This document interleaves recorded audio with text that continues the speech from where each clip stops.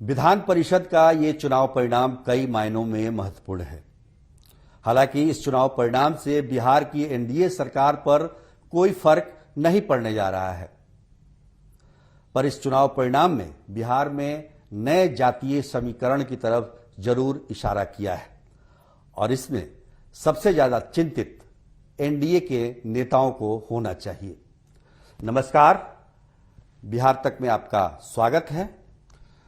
तो बिहार के जिन 24 विधान परिषद की सीटों पर चुनाव हुए थे उनका परिणाम आ गया है और इस चुनाव परिणाम में स्पष्ट तौर पर एनडीए को घाटा हुआ है।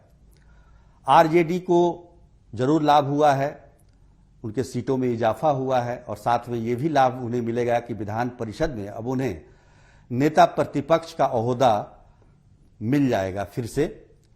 पिछले दिनों उनके विधान पार्षदों के पाला बदलने से ये ओहदा छिन गया था, लेकिन अब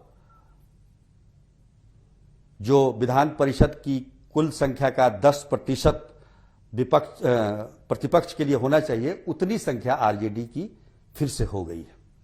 तो ये तो रही आरजेडी की बात, लेकिन अब एनडीए की बात करें कि उन्हें क्यों चिंतित होना चाहिए। आप देखिए, पिछली बार जो चुनाव हुआ था 2015 में, उस समय जेडीयू और बीजेपी ने अलग अलग चुनाव लड़ा था। उस समय गठबंधन नहीं था, तब बीजेपी ने 11 सीटें जीती थी और जेडीयू ने 5। हालांकि बाद में उनकी सीटों में इजाफा हुआ। बीजेपी में 2 और विधान पार्षद आ गए, एक एलजेपी से और एक निर्दलीय, तो उनकी संख्या 13 हो गई। और जेडीयू में आरजेडी से टूटकर 3 विधान पार्षद आए तो 8 और एक कांग्रेस के जो पार्षद थे वो चले गए तो 9 संख्या हो गई। तो इस तरह से देखा जाए तो इस चुनाव से ठीक पहले इनकी संख्या 22 थी, दोनों को मिलाकर, जेडीयू और बीजेपी मिलाकर। लेकिन इस बार के चुनाव में जबकि दोनों ने साथ मिलकर चुनाव लड़ा, तब जेडीयू 5, जो पिछली बार 5 के बराबर ही है, और बीजेपी 7, जो कि 11 से कम है। तो आखिर क्या वजह है कि जेडीयू और बीजेपी का गठबंधन, जो कि 1996 से बिहार में चल रहा है और लोकसभा में तो काफी अच्छा प्रदर्शन 96 से ही होता रहा है जेडीयू और बीजेपी का, 2005 से देखें तो विधानसभा में भी अच्छा प्रदर्शन रहा, लेकिन इस बार ये प्रदर्शन अच्छा नहीं रहा। ये शुभ संकेत नहीं है, खासतौर पर 2024 का जो लोकसभा चुनाव है उसको देखते हुए। 2019 में जब टूट के बाद 13 में जब जेडीयू बीजेपी से अलग हुआ था, उसके बाद फिर 17 में जुटा और 19 में जब साथ लड़ा लोकसभा का चुनाव तो 40 में से 39 सीटें आई।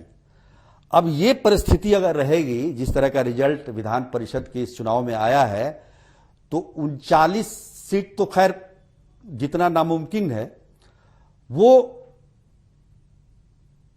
जरूरी सीटें जो होती हैं, जो एक, क्योंकि बीजेपी का लक्ष्य है केंद्र में सरकार बनाना, उतनी संख्या तक सीट लाने की स्थिति में भी एनडीए रह पाएगा कि नहीं, आज की स्थिति को देखते हुए ऐसा नहीं लग रहा है। मैं इसलिए ऐसा कह रहा हूं क्योंकि जिस तरह के भीतरघात दोनों पार्टियों के अंदर, तालमेल की कमी देखने को मिली इस चुनाव में, जिसकी वजह से कई सीटें उन्हें हारनी पड़ी।